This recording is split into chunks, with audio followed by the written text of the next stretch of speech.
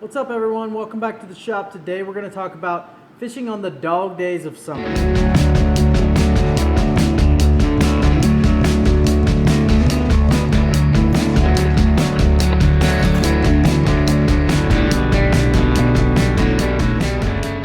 So a term that they use is the dog days of summer, and that's whenever the water temperature just skyrockets, the fish metabolism just goes way down, and it's really hard to get a bite.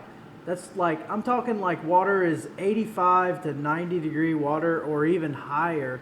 I've seen some really warm water temperatures, and that really makes those fish, a lot of times it makes it really hard to catch those fish. So kind of get in a little slump there where you can't catch a ton of fish. But today we're going to talk about some of the things that I do in order to still get a few bites during the middle of the summer. Obviously in the summer you can catch fish deep or shallow. We're going to talk a little bit about both. We're going to talk about some of the baits that you can use in order to catch those fish. And we're going to kind of break down some of the things that I want to look for in the summer whenever that water gets extremely hot. So the things that I look for is current, shade, some deeper water, and also some shallow, like extremely shallow water I've caught a lot of fish in. You're gonna wanna make sure you know where that thermocline is. A lot of lakes, some lakes don't have a thermocline, but a lot of lakes will have a thermocline. And it's important to pay attention to that because that'll kind of dictate where those fish are. So we're gonna kind of go through each one of those and kind of break it down and talk about some of the baits you'll want to fish in shallow water as well as some of the baits you're going to want to fish in the deeper water. First, let's talk about current. So if you're fishing like a river system or something like that, it's important to fish where there's current. So a lot of times in the heat of the summer, I'll either look on like the main river or sometimes like when you get into the backs of those creeks where it really necks down, like the heads of those creeks, that's where you're going to get a lot more of that current. And so when you get that current, it's going to activate those fish. Better chance of getting those fish to bite. River systems, I'll look for like the main river. I'll fish main river areas rather than stagnant areas because those stagnant areas are going to make it really hard for you to get fish to bite. And then also the heads or the narrow sections of some of the creeks where some of that current will kind of get necked down into an area, and it'll increase the current through that area, will allow you to get more bites in areas like that. If you're on a lake that does not have the natural current like a river or something, if you're on a lake or something like that, you can look for wind-blown areas. So if the wind's kind of blowing into certain points, like let's say the wind's blowing one direction, you could fish those points that the wind is hitting really hard, and that's going to create a natural current that will allow those fish to become a little bit more active. So that's another pattern that you can run in the summertime that could be really productive. Another type of current that you can look for is culverts and discharges.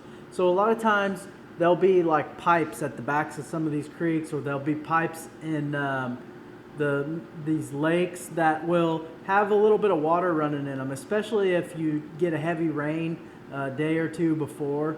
You'll have water that will be running into the backs of these creeks through culverts. Or if you're on a river and you have a discharge from a power plant or something like that and you're allowed to fish that. So anytime you find any of that water movement, that's kind of what you're looking for in the summertime when that water gets extremely hot and it gets really hard to get a bite. Those are a few of the things that I look for when I'm trying to find current. Shade is also a very important thing in the summertime. If you're outside and you're standing in the direct sunlight, and then you go under a tree, it's going to you're going to really cool off. That shade can almost create like a 10 to 15 degree difference by just standing under a tree or something like that and standing in that shade. So the fish, it's kind of the same way, that surface water temperature. If you skip baits underneath trees and stuff like that have a lot of shade, or docks or anything like that,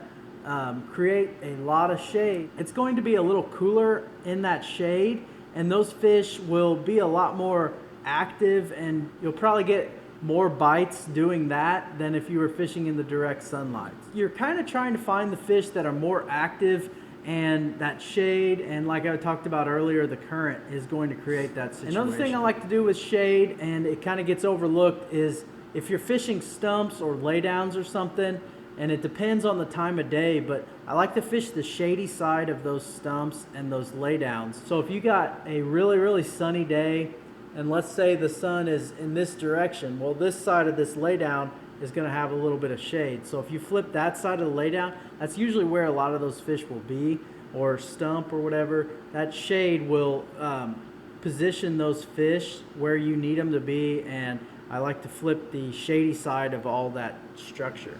So another thing that you can look for is cooler water. That kind of goes along with the shade. Some of the creeks you may run into like a spring, and if you find like a spring that has a little bit cooler water, it's going to activate those fish and make them more active. So that's a good thing to look for. Or like I said, just any of that shade could potentially hold more and bigger fish because it has that cooler water. And another thing that I talked about earlier, but we'll break down a little bit more, is the thermocline. So the thermocline is basically just a temperature change and an oxygen change in the water, and that's what they talk about in the fall whenever the lake turns over. So basically it's a line of a certain depth, and you can actually see it on your depth finders a lot of times, where it'll be kind of like, it'll look like debris or something down there. You'll be idling, and let's say your lake has a thermocline in like 20 something feet, and there'll be a fuzzy line down there. A lot of times those fish, what happens is, below that thermocline, they don't have very much oxygen, so it's harder for them to live down below that. I've seen some go down below it and then they'll pop back up, so it's not impossible to catch one below it, but a lot of times those fish will stay as close as they can to it without getting below it.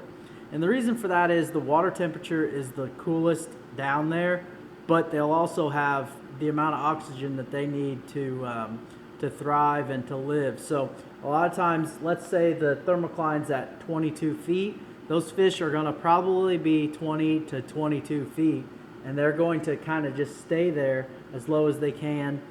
Some of them will be active, some of them will be inactive. Those fish will stay there in order to stay cooler, but also have enough oxygen to feed on some of the bait fish. And a lot of times that has a lot to do with it too. There'll be bait fish in that area because of the hot water and because of the oxygen levels. So those fish will kind of follow those bait fish, but they'll also stay there because they're more comfortable. Finally, I know I talked about fishing deeper water with the thermocline, fishing shallower water with current, stuff like that.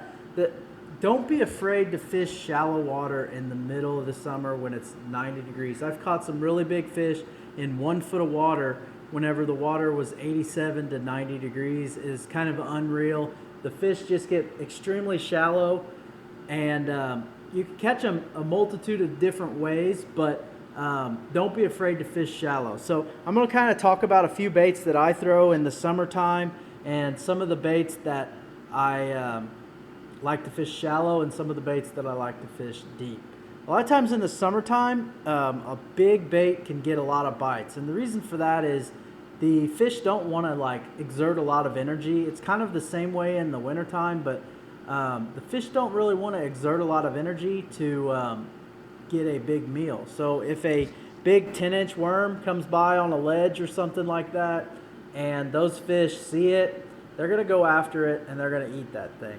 10-inch worm, Texas rigged, or a big Magnum worm, Texas rigged, or on a shaky head or something like that, is a really good bait to drag around when you want to fish really slow. You can fish that in those thermocline areas. You can fish it a little shallower, but that is one of the baits that I'll fish a little bit deeper. I'll throw it out there to rock piles, brush piles, stumps, anything like that, and I'll just drag it around. And I usually throw that on like a 3/8 to a 1/2 ounce Texas rig, and that seems to work pretty good in the summertime. Gets a lot of bites. So another bait that I use in the summertime is a deep diving crankbait, and this bait will catch some really big fish.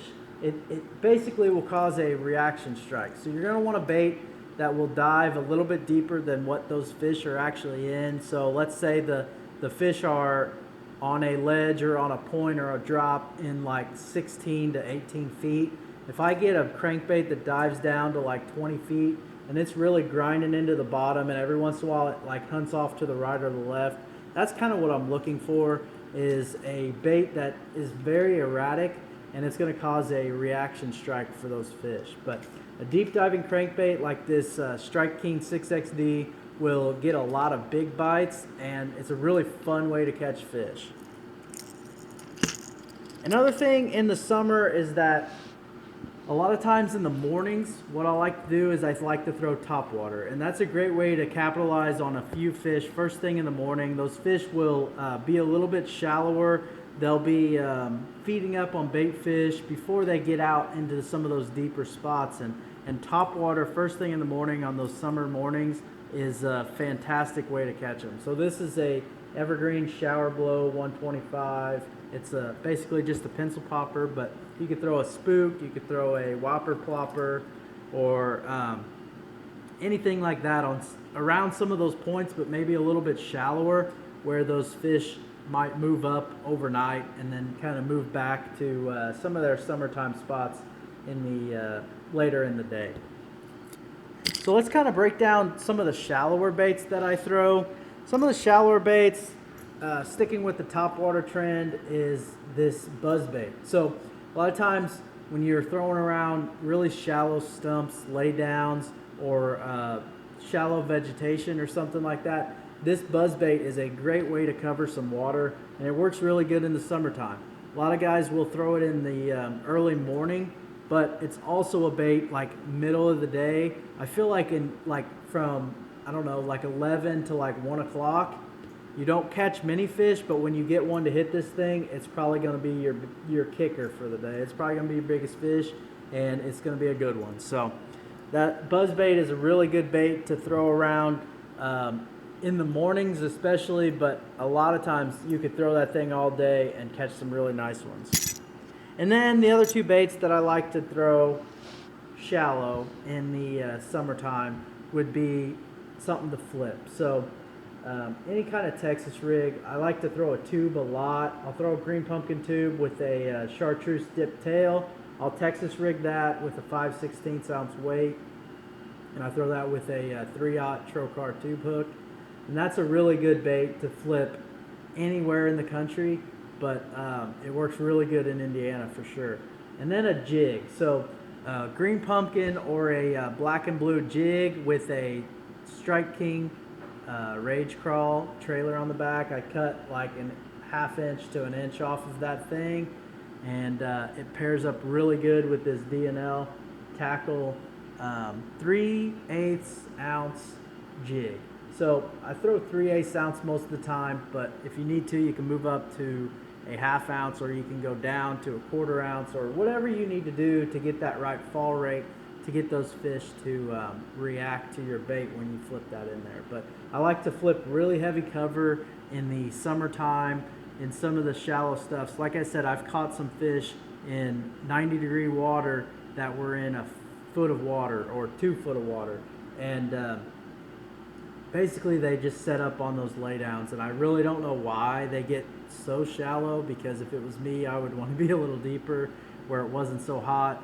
But those fish get really shallow and they eat, and you just flip into some laydowns or stumps or any type of cover. And like I said earlier, the shadier side is probably the best, and if you can find any current or anything like that, it's going to obviously increase your odds. But a tube or a jig is probably my go-to for flipping shallow water in the summertime. Those are kind of some of the baits that I use in the summertime. Like I said, some days you'll just have to figure out whether you want to fish deep or whether you want to fish shallow, and it kind of depends on the lake. Some of the lakes set up better than others, and for deep fishing, some of the lakes set up better than others for the shallow fishing. So it kind of varies based on the lake. If it's a lake known for ledge fishing, obviously I'm going to be out there throwing a deep diving crankbait or a 10-inch worm.